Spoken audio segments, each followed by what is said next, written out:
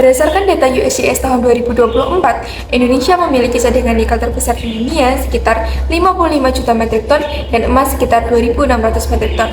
Nikel menjadi bahan utama dalam pembuatan stainless steel serta baterai kendaraan listrik, sementara emas banyak dimanfaatkan untuk perhiasan, investasi, dan komponen elektronik presisi. Namun, potensi nilai ekonomi dan sumber daya tersebut baru dapat dimaksimalkan apabila dilakukan proses hilirisasi. Selama bertahun-tahun, komoditas ini diekspor sebagai bahan mentah. Hal ini memicu kerugian makroekonomi.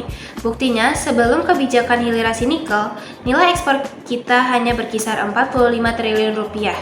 Setelah pembangunan smelter diwajibkan, nilainya melonjak drastis melampaui 600 triliun rupiah.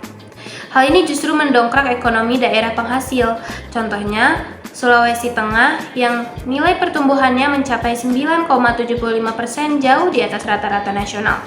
Nilai tambah ini hanya dapat tercipta jika pengelolaan dilakukan di dalam negeri. Lonjakan nilai tersebut adalah hasil dari reaksi kimia dan teknologi industri metalurgi. Pada nikel, proses pirometalurgi atau peleburan suhu tinggi digunakan untuk memproduksi ferronikel. Sedangkan metode basah hidrometalurgi seperti HPLC digunakan untuk mengekstrak nikel menjadi mixed hydroxide precipitate, yakni prekursor utama baterai kendaraan listrik. Untuk komoditas emas, ekstraksinya melibatkan pelindian sianida, di mana emas dioksidasi membentuk kompleks larut, lalu direduksi kembali menjadi emas murni. Ini adalah aplikasi nyata reaksi redoks dan kesetimbangan kimia dalam skala industri. Namun, pengolahan hingga menjadi produk bernilai tinggi menghadapi beberapa tantangan utama.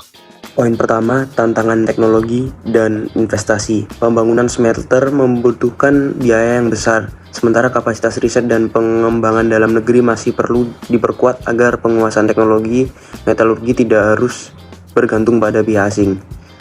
Dan poin kedua, tantangan energi.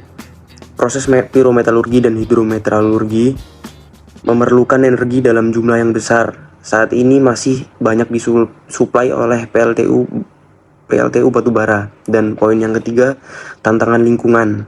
Proses pengolahan menghasilkan limbah seperti tiling dan residu kimia yang harus dikelola secara ketat melalui penerapan prinsip kimia hijau agar tidak menimbulkan efek yang jangka panjang.